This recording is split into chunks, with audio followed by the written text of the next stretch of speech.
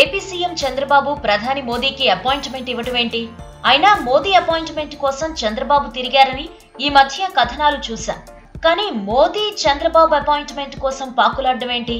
ఇదేం చోద్యం అంటారా? మేం చెబుతోంది నిజమే. అయితే ఇప్పటి సంగతి కాదు, కానీ ప్రస్తుత పరిణామాలకు లింక్ ఉన్న సంగతి.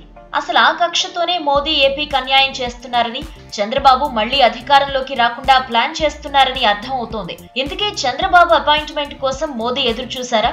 అదెప్పుడు అనేగా మీ డౌట్. 2002లో గుజరాత్ ముఖ్యమంత్రిగా ఉన్న నరేంద్ర మోదీని గద్దె దింపాలని భావించారు చంద్రబాబు. అందుకు సరైన కారణం లేకపోలేదు. అప్పట్లో ప్రధానిగా వాజ్పేయి, ఏపీ ముఖ్యమంత్రిగా చంద్రబాబు, గుజరాత్ ముఖ్యమంత్రిగా నరేంద్ర మోదీ కొనసాగుతున్నారు. ఎన్డీఏ కన్వీనర్ గా చంద్రబాబు ఉన్నారు. దేశవ్యాప్తంగా సంచలనం సృష్టించిన గోద్రా అల్లర్ల కేసు ఎన్డీఏ మెడకు చుట్టుకుంది. దీంతో నరేంద్ర మోదీని రాజీనామా చేయాల్సిందిగా చంద్రబాబు డిమాండ్ చేశారు. మోదీ వల్ల మొత్తం ఎన్డీఏకు చెడ్డ పేరు వస్తున్నందున ఆ మరక అంటకుండా ఉండాలంటే నైతిక బాధ్యత వహిస్తూ రాజీనామా చేయాలని, లేదంటే ఎన్డీఏ నుంచి వైదొలుగుతామని చెప్పారు. చంద్రబాబు నిర్ణయాన్ని వాజ్పేయి అంగీకరించినా మధ్యలో అద్వానీ అడ్డం పడి మోదీని రక్షించారు. దీంతో బయటకు వచ్చేయాలని చంద్రబాబు నిర్ణయం తీసుకున్నారు. బీజేపీ పెద్దల బుజ్జగింపుతో బాబు వెనక్కు తగ్గారు.